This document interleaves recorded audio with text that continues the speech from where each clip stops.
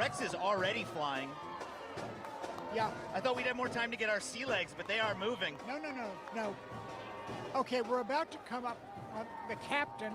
Mm-hmm. May I turn around? Yes, absolutely. Turn around if you need to. The man in the front is the captain. He is anonymous publicly, followed by 3 lieutenants in purple, green, and gold. Those are the colors of Carnival. Purple, green, and gold stand for justice, truth, and valor. Okay, this year's Rex is John Mange Eastman. He's a business executive with businesses in 13 states.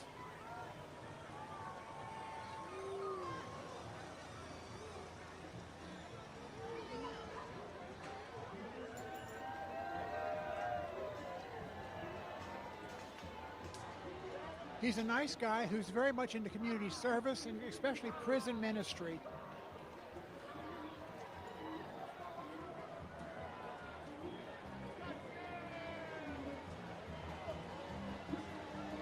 That's the float that John Eastman used to ride on for years and years. He likes it because it always has music.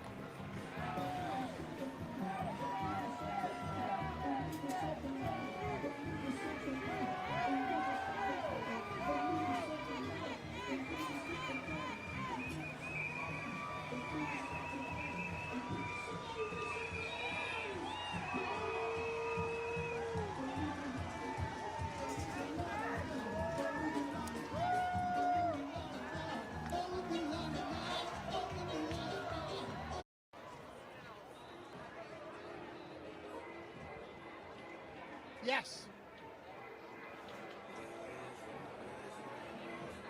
That's okay, sure. The jesters are in the traditional colors of purple, gold, green, and gold.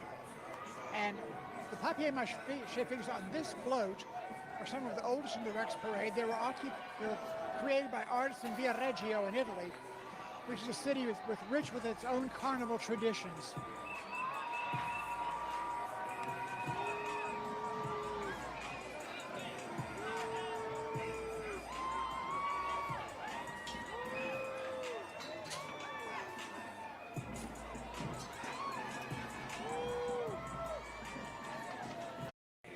That's a Mardi Gras story for the books. Oh, yeah. Okay, the buck broth. This is an interesting float. It symbolizes the last meat to be eaten before Easter. Carnival comes from the term carnivale, which means farewell to meat. In the early years of Rex, there was actually a live ox on the float. How they got that ox up there, I'll never know. But there was an 1898 video of the Rex Parade that featured the live ox. It's the oldest video shot in New Orleans. It's in the National Film Registry.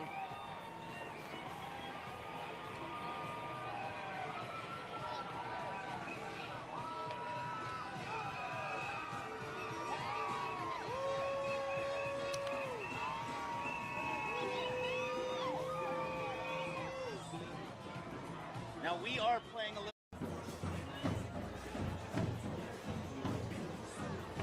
Yep, this is these are officers in the crew, and because I know some of them, I'm just not sure because they're masked. It's hard to tell. Sure.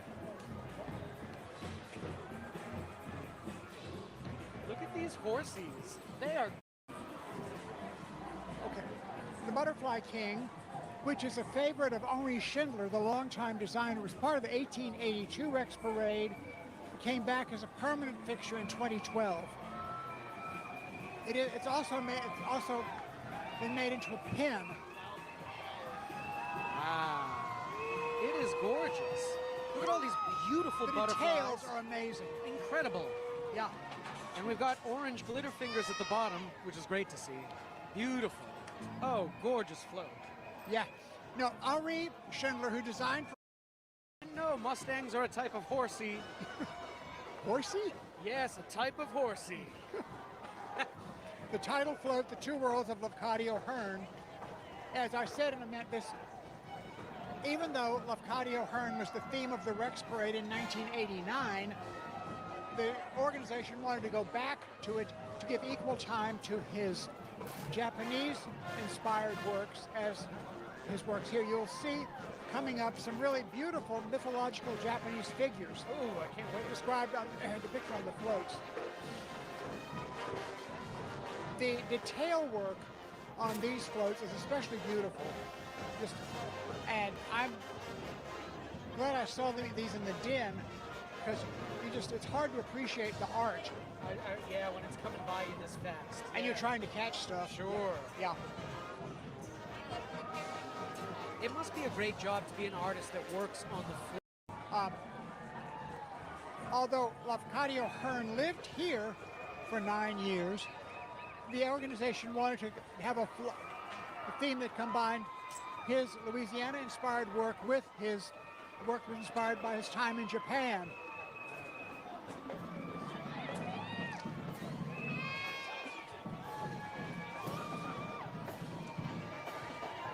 And the next band, y'all, is Benton High, the Tiger Band of Hearn, the artist on it. Yes. And like you were saying, the left eye is lighter than the right eye. Correct. Okay. He's wearing a gorgeous purple violet suit. Well, the colors are purple, green, and gold. That's true. That's just facts. There's a picture of him online in a kimono. What? Well, he went to Japan. Oh, that's right. He went to Japan. Yes, we were talking about that. Now, people do drag here, but not Lafcadio Hearn. Wow. Well, in fact, he changed his name. I had lunch yesterday with his great-grandson. Wow. Who's here. He's at Gallier Hall.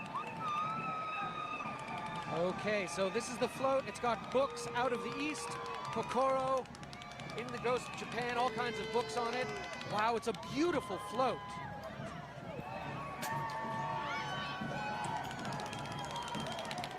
All right, and the next float is Dawn Dawn of the Carnival. Dawn of Carnival, float number 8. Look at this sun. And just take a look at the detail on here. The gradations of color are really spectacular. Wow. The sun and the moon. How nice. How symmetrical. Right behind it, we have the Bluff City Mass Band. And we're going to hear them right now, y'all. I give kayak tours in the swamp. NOLAKayakTours.com. Check it out. Go there, NOLAKayakTours.com. I give you tours in the swamp. The alligators are very shy. Yeah, this is the Bountiful Pursuits. Look at it, a big alligator on the front, mouth agape, eyes agog. Gorgeous irises, swamp irises coming out the front, which you see once in a blue in the swamp. Notice the irises. The detail on the irises is gorgeous. Gorgeous. These are a real flower down here, y'all. Yeah. Oh, and the saw palmettos here, gorgeous. The natives down here would build their houses out of these saw palmettos on the side of the float. And notice how well, the Streetcar Named Desire, named after Tennessee Williams' most famous play. It was, of course, set in New Orleans, and he wrote it, lived in the quarter, and he, back then in 1947, he said there was one streetcar went one way reading Desire, the other way read cemeteries. He thought it was a perfect. Oh, interesting. Well,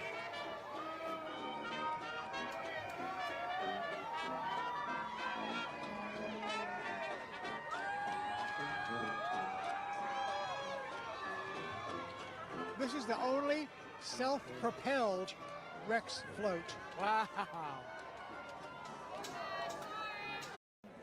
St. Charles streetcars were named to the National Register. I knew he'd be there, so I took my copy of Streetcar. Yes. He signed my play, Vive les Tramways. Wow. That's amazing. Float 11. Float 11. Here we go, La Cuisine Créole. This is interesting. Again, that's one of his books. The woman in front depicts Nellie Murray. She had been an enslaved chef who gained freedom, and Hearn loved what Murray prepared. Wow. And it's laid out there on the float. Sure is. We got a flounder on the front with lemon. We got This is like gumbo. It looks like a soft shell crab, a boiled crab. We got sausages for days. We're lousy with sausages on this boat, or on this float anyway. Look at all this sumptuous food, oysters and cakes and gumbos, okra, tomatoes. Look at this. And celery paints, the tribute to Marie Laveau, who had been characterized as the Voodoo Queen. She was actually a devout Catholic who went to Mass regularly at St. Louis Cathedral, and she used her potions to help sick people. He wrote her obituary, and she is buried in St. Louis Cemetery No. 1. On the front of this float, we have Marie Laveau. Spider lilies are growing out from the base of the float. Yeah. Gold, orange glitter fingers at the bottom. Go on. It draws a parallel between All Saints' Day and the float depicting Botandoro, which celebrates the sinners and honors the dead. On the side of the float are above ground cemetery, stones, trees. Oh, and we've got a band! Cheers. The next float is the Festive. The Festive, it turns right in tow about New Orleans colors and sweet scents. Also noted the cockroach. Right. Which those of us who have lived through summers in New Orleans can certainly attest to. They persist. And I quote this from Hearn: 500,000 means have been invented for his destruction, but none availeth. Wow. Yeah, there's nothing that strikes fear to the heart of a New Orleanian quite like a flying cockroach. They're usually in May. Right. I've started seeing them already, though. Really? I have. It's been terrible. Turn your lights off at night. A teacup with beautiful yellow flowers growing all around him. Orange glitter fingers at the bottom of the float. Beautiful. And also incredible. And on the side, we have a cricket playing a violin on top of beignets, which is nice. I've always thought. Which cockroaches like? And then we've got crickets at the top. One's playing drums and two are dancing. The next float is the Royal Barge. Wow. Which is a perennial. It's the last remnant of what used to be Rex's Royal Navy. Wow. It's beautiful. Silver, what kind of bird do we think this is? A griffin, G-R-Y-P-H-O-N. It's a griffin. Wow. It's like a galleon ship.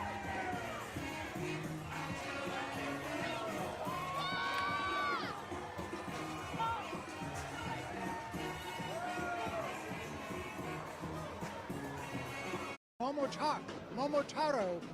It's a Japanese fable about an elderly couple who found a little boy and a giant peach.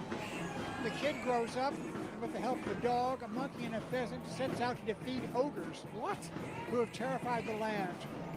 If they defeat the ogres and bring peace to the land, and Momotaro's story is a significant and enduring part of Japanese culture. Oh, I love that.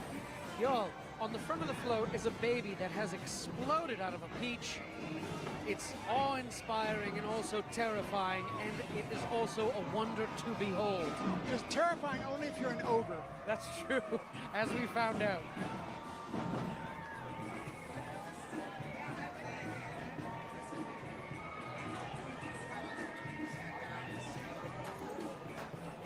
Wow.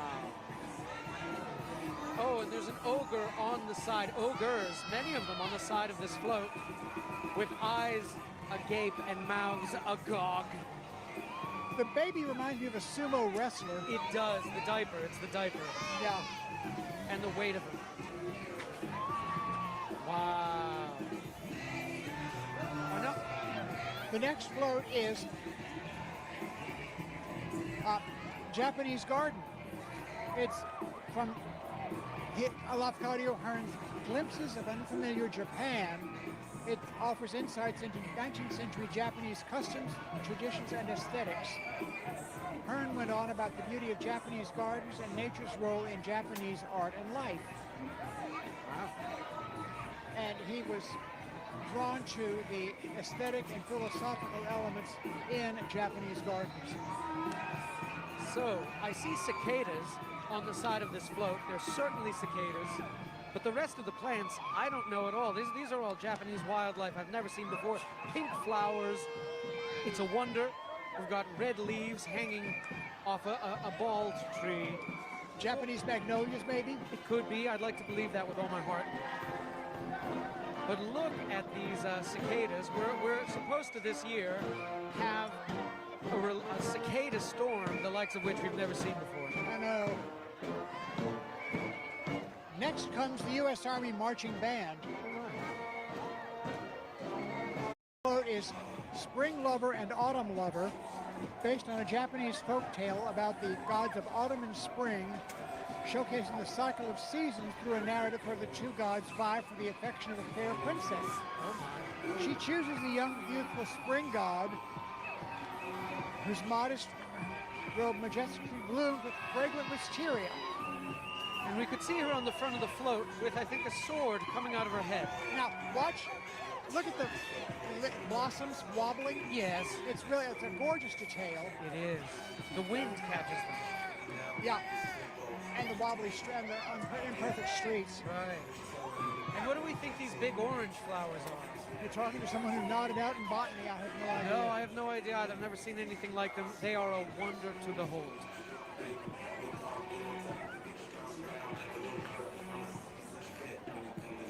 What a gorgeous float. You could live on it. The Royal Arts have outdone themselves with this float. Truly. This parade. Yes.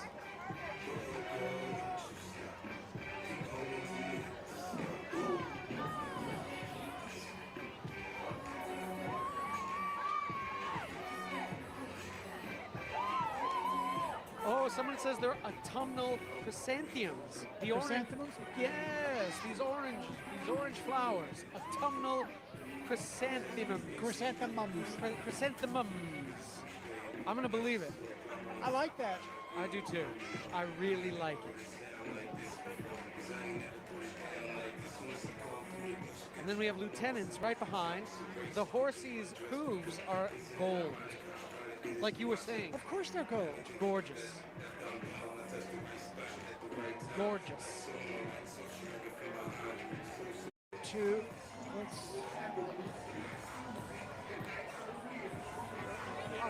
Yuki Onna, which the Japanese Yuki Onna, sometimes called Snow Woman, is a cold figure with flowing hair and an ethereal allure. She encountered Minokichi, a woodcutter, she agreed to spare his life on the condition he never speak of their encounter.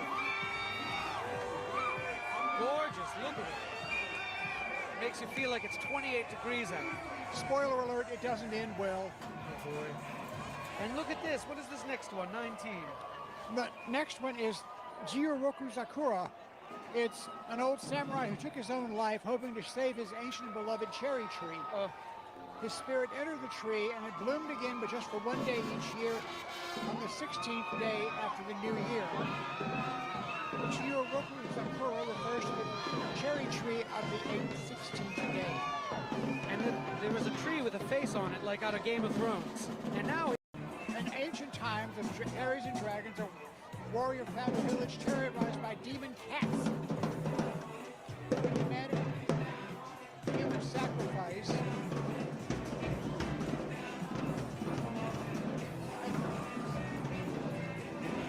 I want to wait till the music passes.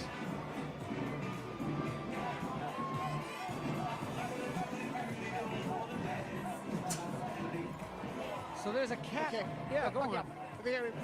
Demon cats terrorized this village, demanded a human sacrifice every year. Wow. The village substituted a dog for the villager, and the cat opened the cage and instead found Shibitaro. Wow. and the warrior and the brave dog defeated the demon cats and saved the village. So the cat is on the front of the float wearing a type of kimono, and he's got two tails. I've never seen anything like it. There's cats on the sides of the float. They're smiling, they're wicked grins, they're tipping, they're wild hats, they're dancing. It's horrifying, but there's a sweet cat at the very end waving. Next float is Urashima. The fisherman named Urashima Taro rescues a turtle who became ensnared in its net. The graceful turtle transformed into Otohime, a princess who lived at the undersea dragon palace. Otohime took Urashima to her palace, where time passed differently. When Urashima returned to a village centuries had passed, he opened a forbidden box given to him by Otohime and immediately became old and died. So on the front of this, there's a turtle with fire coming out of his bum. I've never seen anything like it. Yeah. And there's clams on the sides. You know what those are? Those are Scallops. well, there's a band. Japanese lute player who tells stories in song. He is tricked into performing for ghosts of the Taira clan, but his patron tries to protect him by covering him with primitive tattoos. He forgets to protect Hoishi's ears, which the evil spirits claim. So on the front of this float is a man playing an instrument, and he is indeed covered with tattoos, and he looks miserable. He looks really sad. It's a wonder to behold. It's also horrifying. I don't know that I'll ever recover. There's flags waving. There's crabs at the bottom with eyes that don't belong where they are, and they're splashing about in water. Oh my word. Now this is a horror. Look at these crabs splash. Golden glitter fingers all over. Wow. Oh my. Predatory. Now, this terrifying float has paused by us, leaving me in a state of despondency. Get a grip. I can't. I'm losing grip.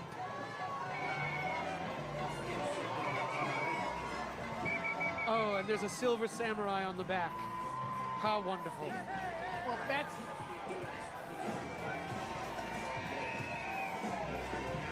Okay. The next float is Kitsume. It's Japanese folk. The Kitsume are fox spirits capable of transforming into humans. Right. There's a dual nature of Kitsume, combining benevolence and mischief, and the intricate human-Kitsume relationship, blending into the supernatural with cultural insights into the lure of these mystical and enigmatic figures. Yes, I've seen them. They're making appearances in media nowadays, the Kitsune. I've seen them a few different ways nowadays. I bet you have. I have now, yeah. Wow, look at this float.